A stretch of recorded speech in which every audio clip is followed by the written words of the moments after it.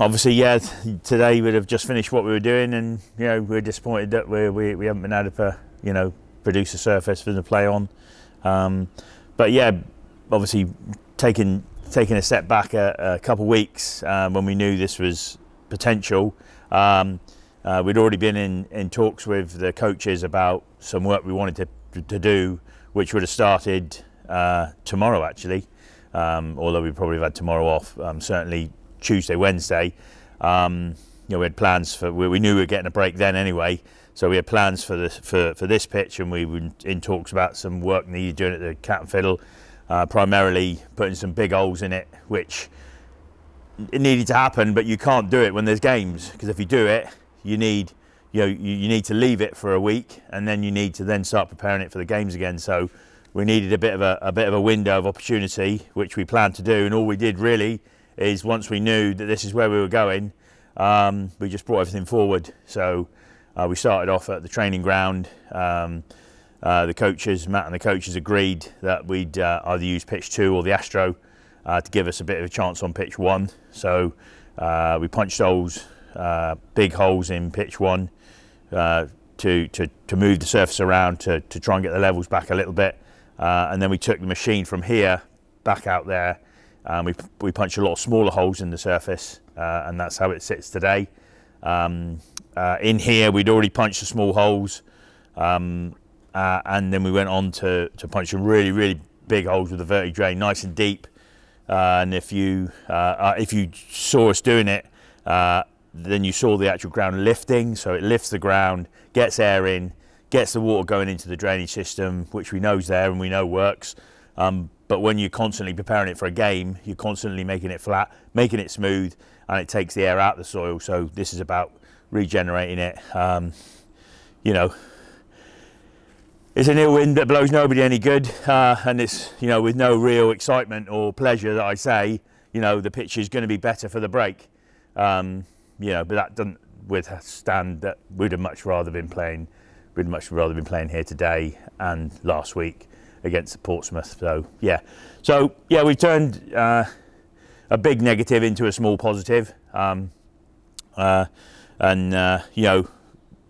deep down, taking all the football and all the groundsmanship and everything away, we just hope everyone's fine, and everyone who's been tested positive, comes through it the other side, and they're happy and healthy, and we can all get on with it again. I'm sure it won't be over after this little escapade. I'm sure we're going to have to work around it and work with it, and I know for a fact that we will, and we'll do everything we possibly can to get people back in here as soon as we can, to watch the game that we all love and entertains us and is good for us all, mentally. If I didn't have my sports pitches to look after, I'd be climbing the walls, which is kind of why I'm here today really. I've come in and see my baby, and check she's all right after all the rain. We had about 30 mil yesterday, and it's all gone through, and there's no puddles, there's no sign of lime water. Obviously didn't come in yesterday because I was cooking in the kitchen. But she's good, so I can go home and I can have my turkey salad. As it stands, we've got 12 days until we're next scheduled to play here in Portsmouth on a Friday night, a rare Friday night football as well. I guess it's just making sure the surface is as good as it can be up until that point. Yeah. We'll leave them open, leave the holes open for another week. We'll probably mow later in the week, just with the light mowers, just to take the tops off. But we'll be leaving a bit more grass on it for that game, so we can then start to work forward. So, to the league fixtures, which are going to come thick and fast. We've missed, I think, a couple of games here, so not too bad. We could have easily done that with bad weather or frost or snow or whatever.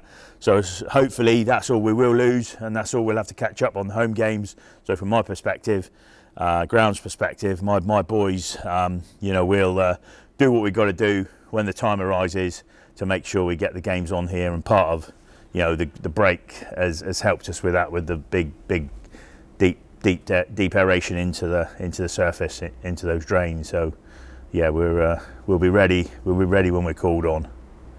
Does the madness of last season, having games every couple of days, does that put you in good stead if that would happen this season, that you'd be well ahead of knowing what you need to do and everything? Yeah, you know, the pitch was, you know, all we could try and do. The biggest problem with the pitch last year is we lost grass cover, and then once we lost grass cover, because of the soil we had and the makeup of the soil, it didn't hold together. But even if we do have a lot of games in a short space of time, even if it is wet, even if we do lose the grass cover, the fibres we put in the pitch will hold the surface together. And I've already had conversations with the coaches, and we're all very positive about that side of things. So we may lose a bit of grass cover, and we started to lose a bit just before Christmas, which is why we put in the sort of mini renovation to try and give it a chance to get a bit of grass coming back. Temperature's been fantastic for us. Grass is still growing. If you look here today, areas that were getting a bit worn, goal mouths and stuff are coming back. If you walk on top of them, yes, they are looking a bit thinner than elsewhere, but we have put some seed on, the seed that germinates in low temperatures. And we've done everything we possibly can, and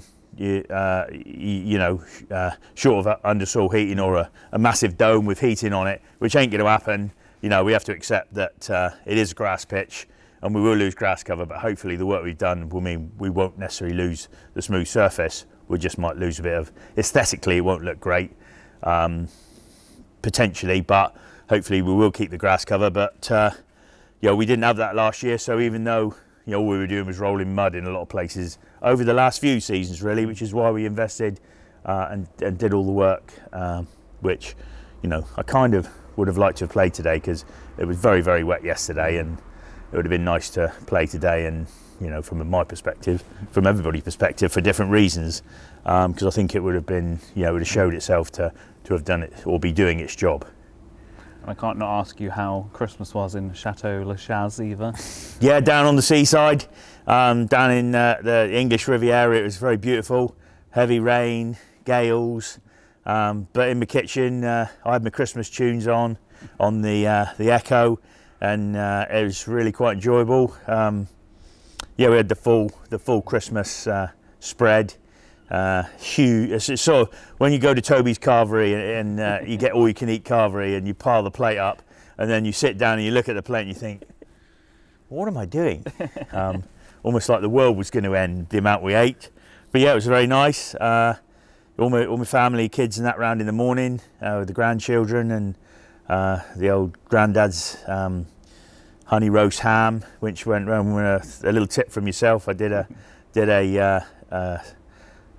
ginger spice glazed ham as well, which that went down really well.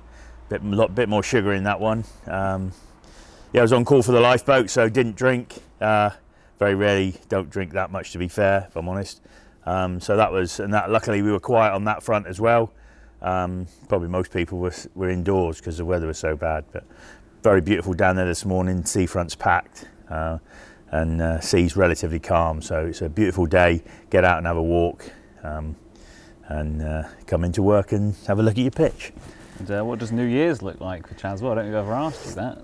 Again, don't really do New Year's Eve massively. I've always worked in sport, whether it be golf or football, and it's always a busy time of year because people are off work, and from a golfer's perspective, very rarely did I do many New Year's Eve mega booze ups or parties or late nights. I get a bit grumpy if I have a late night, so or I fall asleep because I've got up too early in the morning.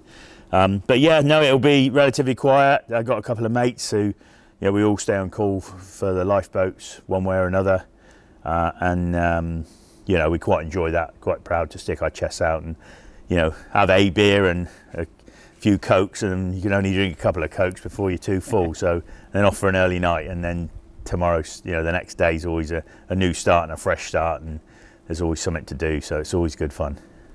Brilliant. Thank you, Chaz. Yeah, good luck, and Happy New Year to everybody, and hope you had a lovely Christmas, and onwards and upwards.